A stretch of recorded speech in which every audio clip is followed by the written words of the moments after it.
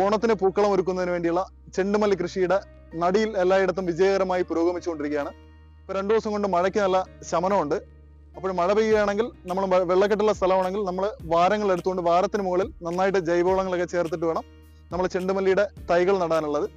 അതോടൊപ്പം തന്നെ നമുക്ക് കൃഷി ആരംഭിക്കുമ്പോൾ ശ്രദ്ധിക്കേണ്ട കാര്യങ്ങളെ കുറിച്ച് ഞാൻ കഴിഞ്ഞ വീഡിയോയിൽ നന്നായിട്ട് തന്നെ പറഞ്ഞിട്ടുണ്ട്. അപ്പോൾ നമുക്ക് തൈ തന്നെയാണ് ഏറ്റവും പ്രധാനം. നമുക്ക് നല്ല വളർച്ചയെത്തിയ നല്ല ആരോഗ്യമുള്ള ഒരു 4 മുതൽ 5 അല്ലെങ്കിൽ 6 പ്രായമായ ഇളം തൈകളാണ് നമുക്ക് നടാനായി തിരഞ്ഞെടുക്കേണ്ടത്. ഇത് നമ്മൾ പാകി മുളപ്പിച്ച അടിപൊളി തൈകളാണ്, നല്ല കരുത്തുണ്ട്. അപ്പോൾ ഇതുപോലെയുള്ള നല്ല ആരോഗ്യമുള്ള തൈകളാണ് നമ്മൾ നടാനായി തിരഞ്ഞെടുക്കുന്നത്.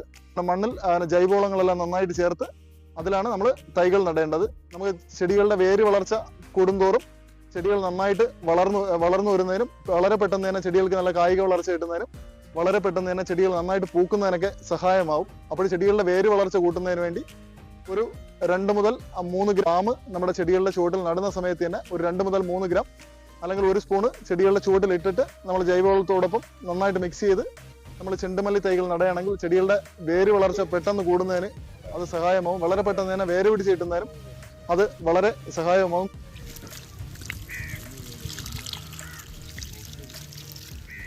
നമ്മൾ കൃഷിയിടത്തിൽ നടാനായി ചെണ്ടുമല്ലി തൈകൾ നമ്മൾ വാങ്ങിയാൽ ഇപ്പം പല സ്ഥലങ്ങളിലും പ്രോട്രൈകളിലൊക്കെ ഇതുപോലെ അടിപൊളിയായിട്ട് തൈകൾ ഉൽപ്പാദിപ്പിച്ച് നമുക്ക് വിപണികളിൽ എത്തിച്ച് നമ്മുടെ നഴ്സറികളിൽ നിന്നൊക്കെ സുലഭമായിട്ട് ചെണ്ടുമല്ലിയുടെ അല്ലെങ്കിൽ ജമന്തിയുടെ തൈകളൊക്കെ നന്നായിട്ട് നമുക്ക് കിട്ടുന്നുണ്ട്. നമ്മൾ തൈകൾ നടുമ്പോൾ ശ്രദ്ധിക്കേണ്ട ഒരു പ്രധാനപ്പെട്ട കാര്യമാണ്, നമ്മൾ തൈകൾ ട്രേയുടെ അടിഭാഗത്തൊന്ന് അമർത്തി കൊടുത്താൽ തന്നെ നമുക്ക് തൈകൾ ഇതുപോലെ വേര് പടലങ്ങളോടുകൂടി നന്നായിട്ട് ഇളക്കിയെടുക്കാൻ പറ്റും. ഈ ചെടിയുടെ വേര് പടലങ്ങൾ നമുക്ക് നോക്കിയറിയാം, നല്ല വേര് വളർച്ചയാണ്.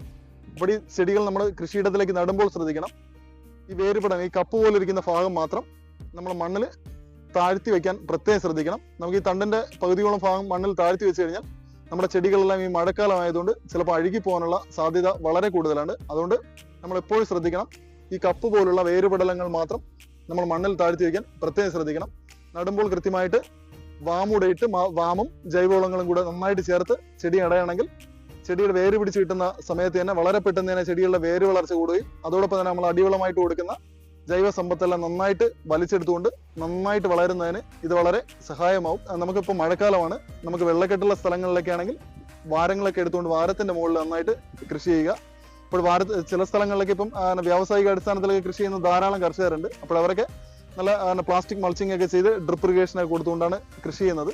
പക്ഷെ എന്നാലും കേരളത്തിന്റെ ഒരു സിറ്റുവേഷൻ അനുസരിച്ച് ചെണ്ടുമല്ലി ഒരു 100% ലാഭകരമായിട്ടൊന്നും പറയാൻ കഴിയില്ല. അപ്പോൾ വളരെ കർഷകനെ സംബന്ധിച്ചിടത്തോളം കയ്യിൽ നിന്ന് വളരെ കുറഞ്ഞ മുതൽ മുടക്കുകൊണ്ട് ധാരാളം പൂക്കൾ നമ്മുടെ കൃഷിയിടത്തിൽ വിരിയിക്കുന്ന ഒരു സംവിധാനത്തിലേക്ക് നമ്മൾ പോകേണ്ടതായിട്ടുണ്ട്. അപ്പോൾ അതുകൊണ്ട് അധികം കാശ് മുടക്കുന്ന വളങ്ങളും കീടനാശിനികളൊക്കെ പരമാവധി ഒഴിവാക്കിക്കൊണ്ട് വളരെ മിതമായ നിരക്കിൽ നമുക്ക് വളരെ ഒരു കർഷകന്റെ സറൗണ്ടിങ്സിൽ നിന്നുകൊണ്ട് വളരെ ലളിതമായ കാശ് ഉപയോഗിച്ചുകൊണ്ട് നന്നായിട്ട് പൂവിരിയുന്ന തരത്തിലേക്ക് നമുക്ക് കൃഷി ആരംഭിക്കാം. അതിന് അത്യാവശ്യം ജൈവവളങ്ങളൊക്കെ ഇട്ടുകൊണ്ട് ശാസ്ത്രീയമായ രീതിയിൽ തന്നെ നമുക്ക് ചിട്ടയായിട്ട് ഒരു ചെടിയുടെ വളർച്ചാ ഘട്ടങ്ങളിൽ ഒരു ചെടിയുടെ വളർച്ചയ്ക്ക് എന്തൊക്കെ മൂലകങ്ങൾ ആവശ്യമാണെന്ന് കൃത്യമായി മനസ്സിലാക്കിക്കൊണ്ട് കൃഷി ആരംഭിച്ചു കഴിഞ്ഞാൽ നമുക്ക് ചെണ്ടുമല്ലി വലിയ നഷ്ടമൊന്നുമില്ലാതെ അത്യാവശ്യം ധാരാളം പൂക്കൾ നമ്മുടെ കൃഷിയിടങ്ങളിലൊക്കെ വിരിയിച്ചെടുക്കാൻ കഴിയും.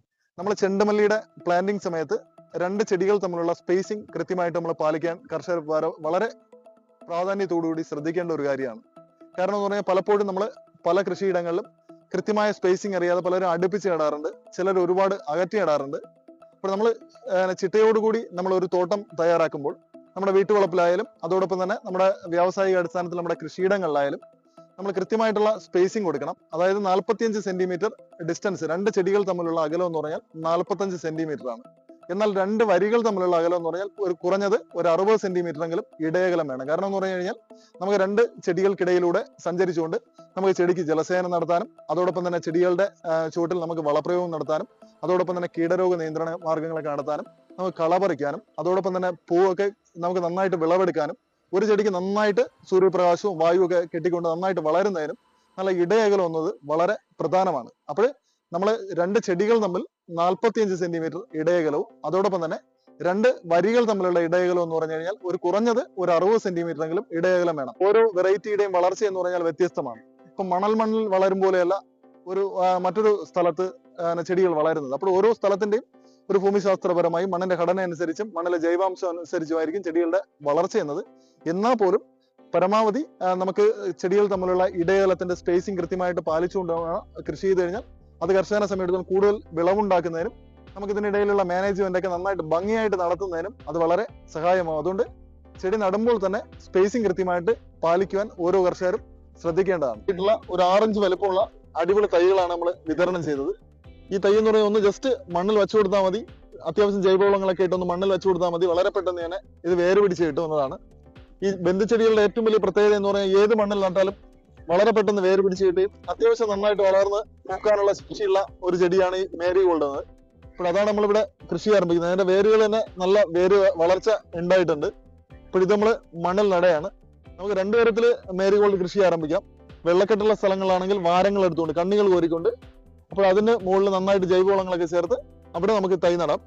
ഇവിടെ വെള്ളക്കെട്ടൊന്നും ഇല്ലാത്തൊരു പ്ലേസ് ആണ്. അപ്പോൾ വെള്ളക്കെട്ടില്ലാത്ത സ്ഥലത്താണ് നമ്മൾ കൃഷി ആരംഭിക്കുകയാണെങ്കിൽ നമ്മളവിടെ ചെറിയ കുഴികൾ എടുത്തുകൊണ്ട് നമുക്ക് അവിടെ ആ കുഴികളിൽ നന്നായിട്ട് ജൈവവളവും അതോടൊപ്പം തന്നെ കുമ്മായ വസ്തുക്കളൊക്കെ നമ്മൾ മണ്ണിൽ നേരത്തെ ചേർത്ത് അതോടൊപ്പം തന്നെ നന്നായിട്ട് ജൈവവളങ്ങളൊക്കെ ചേർത്ത് ആ ജൈവവളവും മേൽമണ്ണുമായിട്ട് നന്നായിട്ട് കുഴച്ച് അതിൽ നമുക്ക് ഈ ചെടികളുടെ വേര് പടലങ്ങൾ പതുക്കെ താഴ്ത്തി വെച്ച് ഒന്ന് അമർത്തി ജസ്റ്റ് ജലസേചനം കൂടെ നടത്തി കഴിഞ്ഞാൽ നന്നായിട്ട് ഈ ചെടികൾ മുളച്ചു വരുന്നതാണ്. അതോടൊപ്പം തന്നെ നമുക്കൊരു 40-42 ദിവസം ആകുമ്പോൾ തന്നെ ആദ്യത്തെ പൂവിടും. അപ്പോൾ അതോടൊപ്പം തന്നെ ഒരു 10-60 ദിവസം ആകുമ്പോഴേക്കും നമുക്ക് സുലഭമായിട്ട് ഏകദേശം ഒരു ചെടിയിൽ നിന്ന് തന്നെ ഒരു 1/2 കിലോ പൂ കിട്ടത്തക്ക തരത്തിലേക്ക് നമുക്ക് ഡെവലപ്പ് ചെയ്ത് വളർത്തിയെടുക്കാൻ കഴിയും. അപ്പോൾ നമുക്ക് എങ്ങനെയാണ് നടുന്നതെന്ന് കാണാം.